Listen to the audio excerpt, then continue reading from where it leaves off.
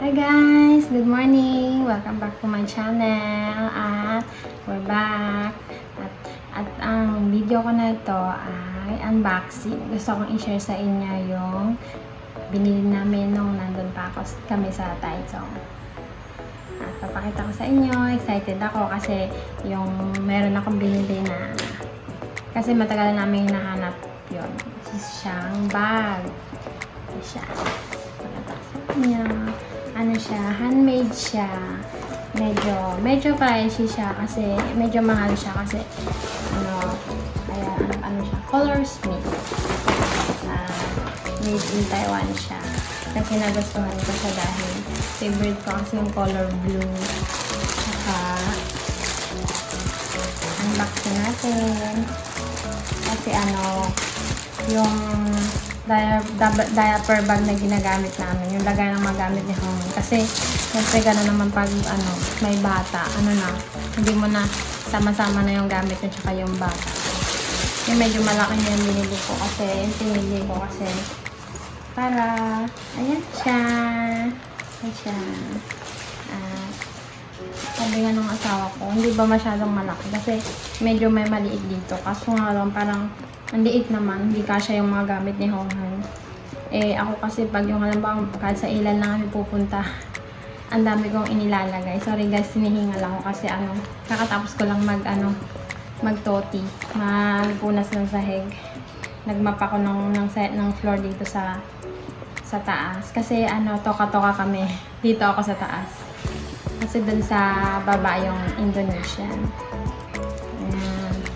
Kasi siya, kasi siya, yung para siyang maong tela siya, pwede mo siyang labahan. At saka, 3,200 yung price niya, pero sila may discount ata na 5% or hindi ko alam. Hindi ko na tinanong si Changhua kasi naging 2,600 na lang siya.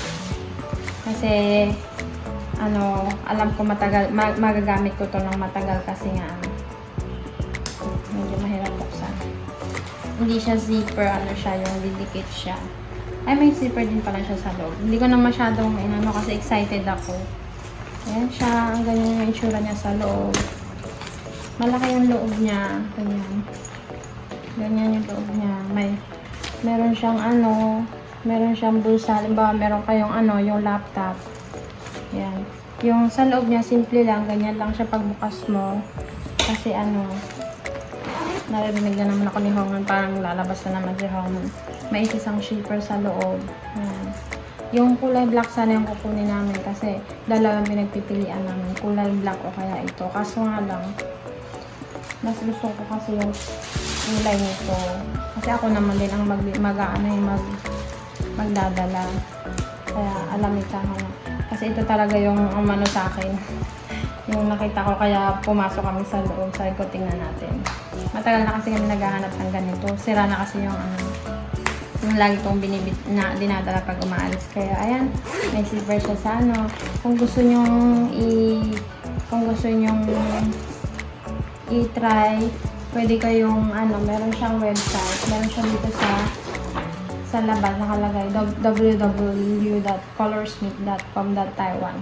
Pwede ko siyang ilagay dun sa link sa description box. Check niyo na lang.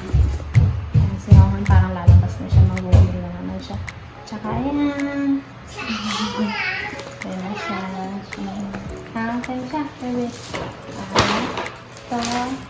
Ang pangalawa kong atensya na. Ito yung palda. Nakita ko sa night market. 285 lang siya. Dalawang binili ko. Yung isa ito. Yung para siyang pants na malambot. 285 rin siya sa Taichung. Ang daming magagandang damit doon sa Fengjia Night Market. Gusto ko lang i-share sa inyo. Kasi yung bag, pag aalis kami, nagagalit na si Honghan. Pag aalis kami, gagamitin ko na to. Kaya pinakita ko sa inyo. Kaya nakasita. Kaya share ko lang sa inyo. At ilalagay ko sa description box yung niya ito. Kasi matibay matibay talaga siya dahil makikita nyo naman na tela siya. Yung kulay black na hindi namin kinuha, maganda talaga siya yung ano siya, yung may konting ambon o kaya nabasa ng konti, punasan mo lang.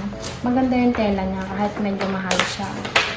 At saka, syempre, yung bag naman, magagamit mo naman talaga siya ng matagal. Lalo na, halimbawa, yung binili ko na yan na binili namin na pag may bata, diba? Diaper bag yung tawag nila.